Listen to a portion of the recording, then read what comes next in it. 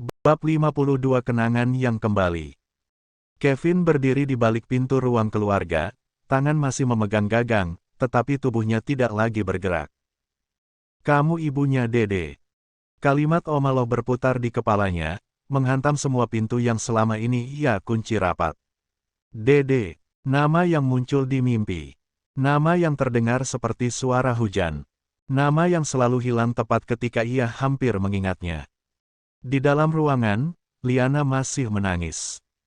Kevin mendorong pintu. Engselnya berbunyi pelan. Semua orang menoleh.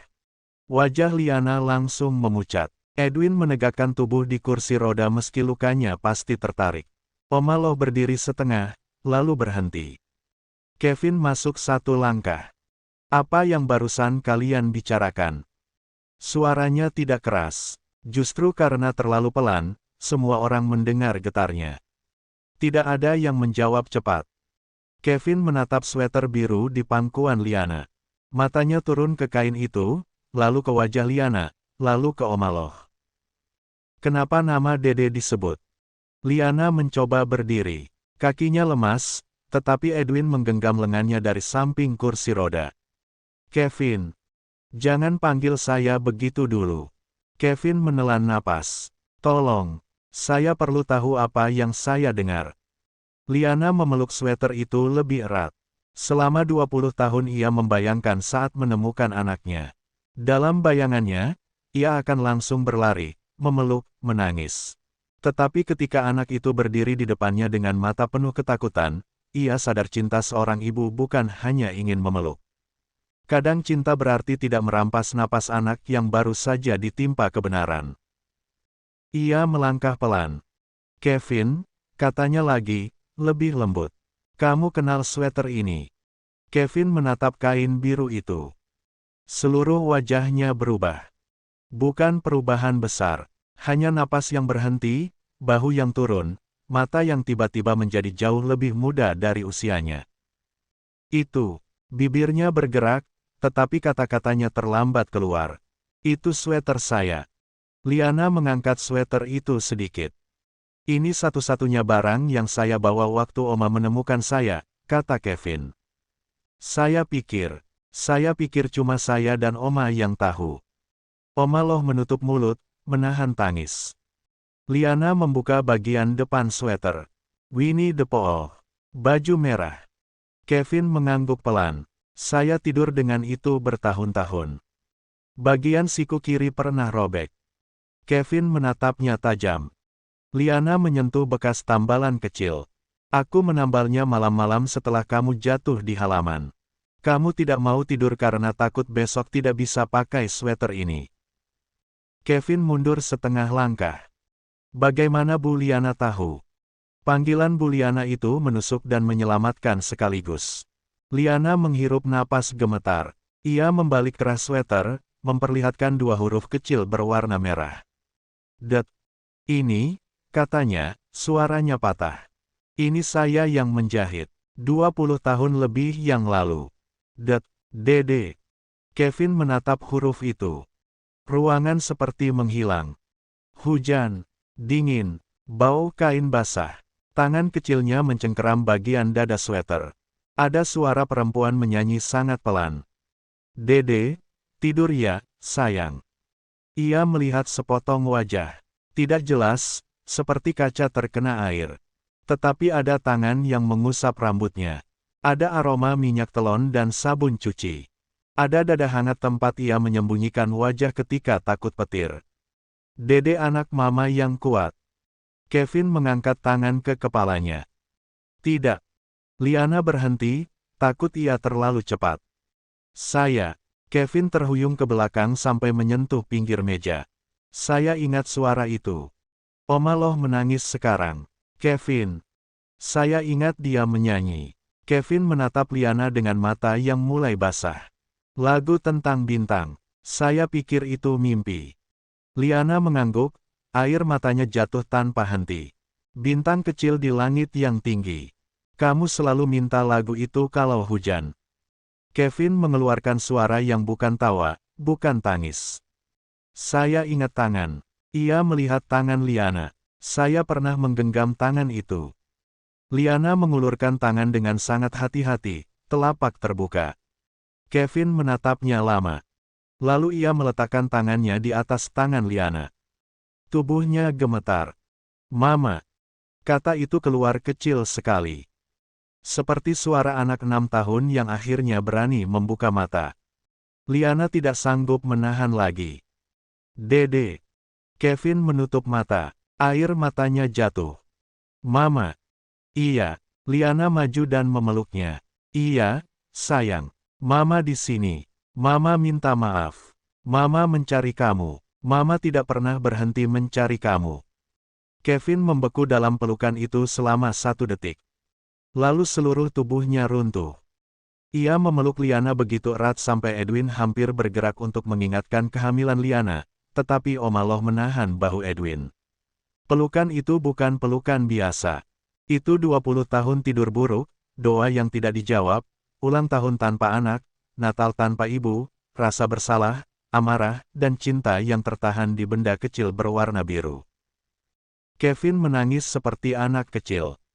"Saya tunggu Mama," katanya di bahu Liana. "Saya tidak tahu wajah Mama. Saya tidak ingat nama Mama. Tapi saya tunggu." Liana mengusap rambutnya dengan tangan gemetar. "Mama juga tunggu kamu pulang. Saya pikir Mama tidak mencari saya."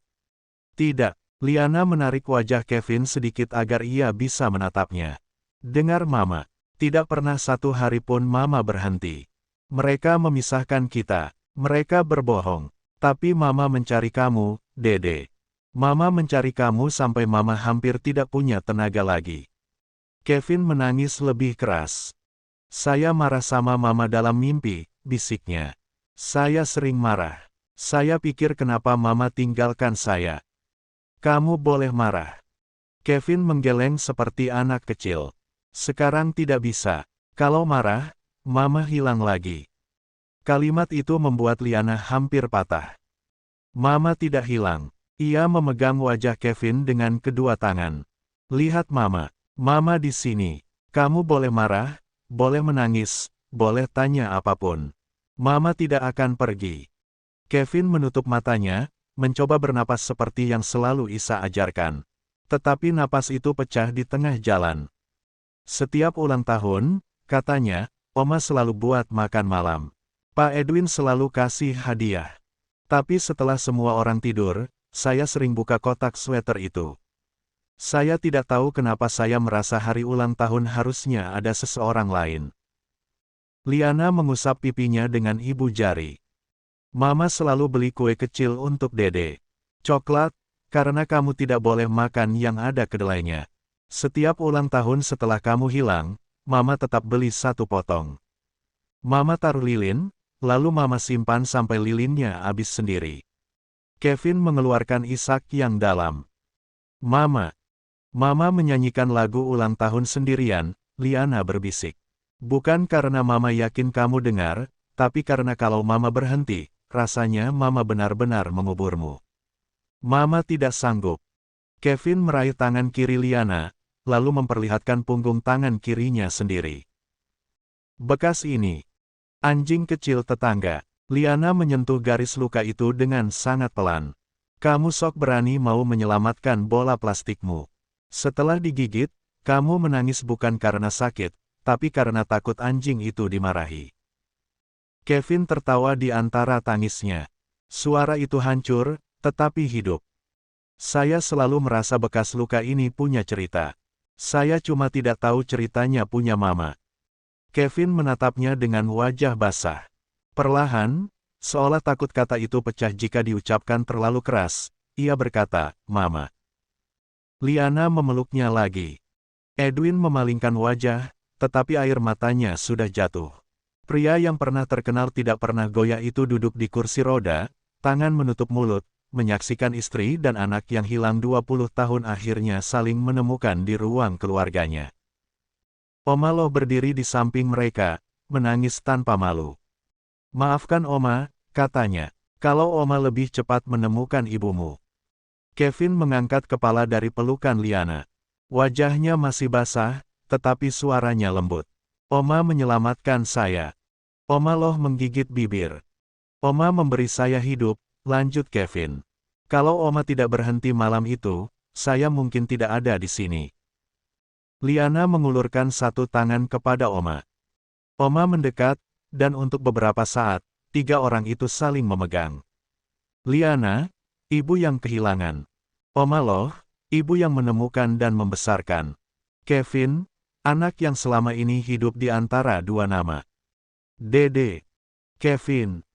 Keduanya tidak saling menghapus. Beberapa lama kemudian, Edwin berkata pelan, kita tetap akan lakukan tes DNA. Untuk hukum, untuk melawan semua orang yang akan menyerang. Kevin menoleh kepada Edwin. Kali ini, ketika melihat pria itu, matanya tidak hanya melihat ayah angkat. Pak, katanya, suara masih serak. Apa Pak tahu? Edwin menggeleng. Tidak sampai kemarin. Kalau aku tahu lebih dulu, aku akan membawamu pulang ke ibumu sejak dulu. Kevin menatap Liana, lalu Edwin. Saya punya dua rumah. Liana menyentuh pipinya. Kamu punya satu rumah yang akhirnya lengkap. Kalimat itu membuat Kevin menangis lagi, lebih pelan. Malamnya, setelah dokter keluarga memeriksa tekanan darah Liana dan memastikan ia harus istirahat, Kevin kembali ke kamarnya dengan sweater biru di tangan. Liana tidak meminta sweater itu kembali. Ia tahu benda itu menjaga Kevin selama ia tidak bisa. Di kamar, Kevin duduk di tepi ranjang. Ia memegang keras sweater, menyentuh huruf det berkali-kali, seolah takut huruf itu menghilang. Ia mengambil ponsel dan menelepon Isa. Panggilan tersambung pada dering kedua. Vin, suara Isa langsung khawatir. Are you okay? Kevin membuka mulut, tetapi tangisnya naik lebih dulu. Vin, Brett, aku di sini. Kevin menutup mata, menggenggam sweater biru itu ke dada. Aku menemukan Mama, katanya akhirnya. 20 tahun, Aku akhirnya menemukan Mama. Di seberang, Isa terdiam 1 detik. Lalu ia menangis. Alhamdulillah, bisiknya. Vin, alhamdulillah. Kevin menunduk di atas sweater itu. Untuk pertama kalinya sejak ia bisa mengingat hujan, malam tidak terasa dingin lagi. 3 hari setelah Kevin memanggil Liana Mama untuk pertama kalinya, mereka duduk berdampingan di ruang tunggu laboratorium Res Pondok Indah. Di meja kecil depan mereka ada formulir persetujuan, kartu identitas, dan map bukti yang dibawa Dennis Yu. Edwin hadir dengan kursi roda, wajah masih pucat tetapi matanya waspada. Ia tidak membiarkan satupun prosedur dilakukan tanpa saksi dan catatan. Untuk hubungan Liana dan Kevin, sampel darah dan usap pipi cukup, jelas petugas lab.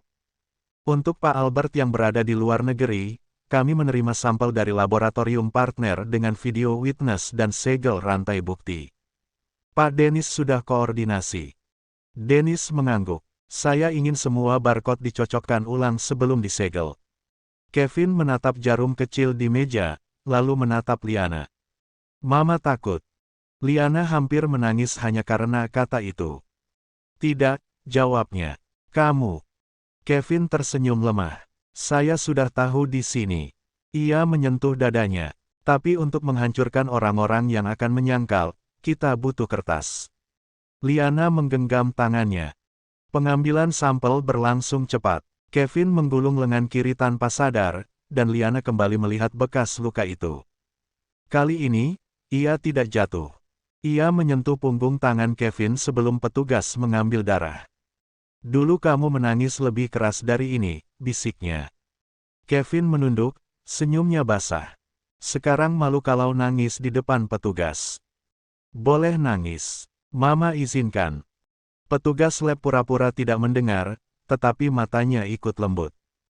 Albert muncul lewat video call 1 jam kemudian dari sebuah klinik partner di Singapura, sebelum penerbangan lanjutannya ke Eropa. Wajahnya tampak lebih tua daripada terakhir kali Liana melihatnya. Di belakangnya ada dinding putih dan petugas klinik yang menunjukkan segel sampel ke kamera. Saya setuju sampel digunakan untuk verifikasi hubungan biologis dengan Kevin Loh, kata Albert, suaranya datar. Kevin melihat layar tanpa ekspresi. Liana tidak mengatakan apa-apa.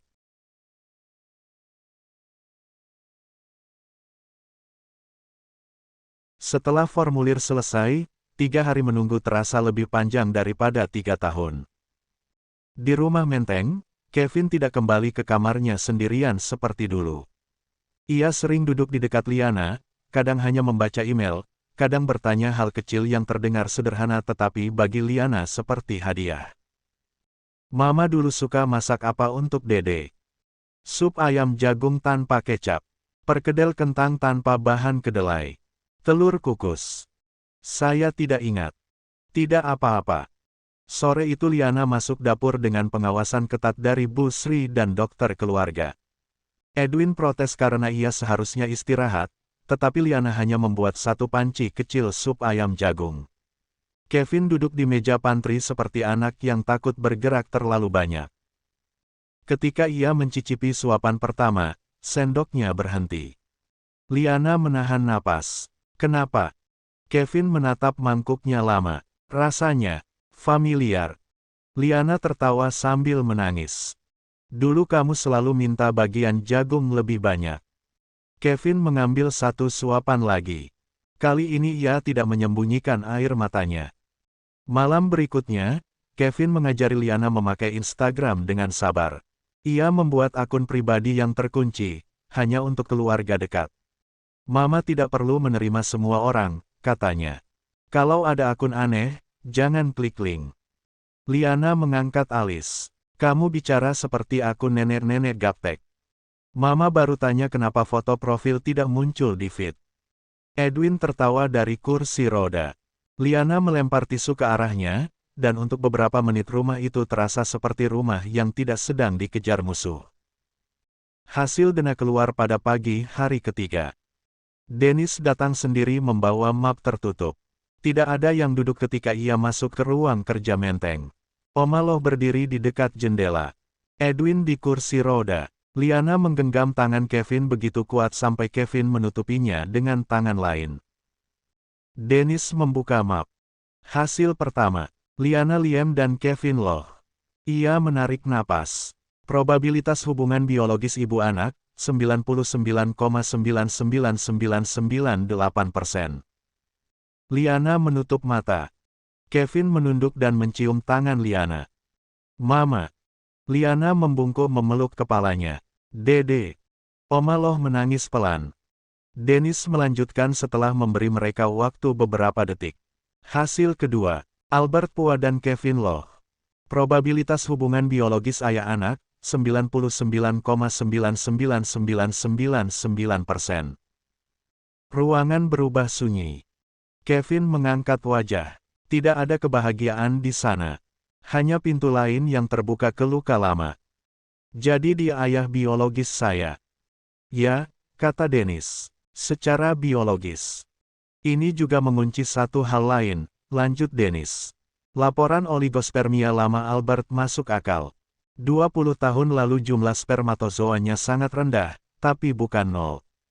Jadi Kevin bisa lahir secara alami pada masa itu. Azoospermia sekarang tidak bisa dipakai untuk menyangkal hubungan ayah-anak. Edwin menatapnya. Itu tidak mengubah siapa yang membesarkanmu. Kevin mengangguk. Saya tahu, Pak. Albert dihubungi lewat video call sesuai kesepakatan hukum. Ia menerima setelah beberapa dering. Ketika Dennis membacakan ringkasan hasil, Albert tidak bicara lama sekali. Wajahnya di layar tampak kosong. 20 tahun, katanya akhirnya. Tidak ada yang menyela. Ibumu menderita 20 tahun karena dituduh menghilangkan kamu. Padahal, suaranya pecah. Padahal ibuku yang membuangmu. Liana memalingkan wajah. Bukan karena kasihan. Karena kalimat itu datang terlalu terlambat. Albert menatap Kevin. Kevin. Kevin berdiri tegak. Nama saya Kevin Loh. Dan nama kecil saya Dede. Albert seperti tertampar. Saya ayahmu.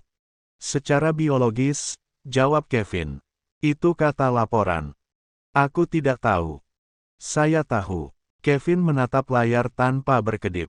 Tapi saya tidak butuh ayah yang baru sadar setelah 20 tahun. Albert menutup mata. Tidak ada ledakan. Tidak ada teriakan. Justru dinginnya suara Kevin membuat ruangan lebih sakit. Kamu berhak membenciku, kata Albert. Saya belum punya waktu untuk membenci Anda. Saya sedang belajar punya mama. Liana menggenggam lengan Kevin. Ia tidak menghentikannya.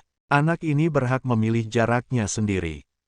Setelah panggilan ditutup, Dennis meminta izin tetap di ruang kerja. Ia membalik beberapa dokumen pendukung, termasuk salinan laporan lama Albert yang sebelumnya diserahkan untuk membuktikan riwayat oligospermia. Alisnya tiba-tiba mengerut. Ada yang aneh. Edwin menoleh. Apa? Dennis menunjuk deretan tanggal. Kita punya catatan lama 20 tahun lebih lalu laporan sekarang yang menunjukkan azoospermia. Tapi di tengah ada satu rujukan pemeriksaan lanjutan yang nomor registrasinya muncul di indeks rumah sakit, sementara hasilnya tidak ada. Hilang? Tanya Liana. Bukan sekadar hilang. Dennis membaca catatan kecil hasil permintaan arsip. Ada permintaan penghapusan salinan administratif. Pemohon keluarga, Kim Hualau. Kevin menatap map itu. Omalo berbisik, dia bukan hanya membuang anak itu. Dennis menutup map dengan wajah dingin. Dia juga menghapus jejaknya. Dan kali ini, tidak ada lagi yang akan membiarkannya terkubur di bawah nama keluarga. Bersambung.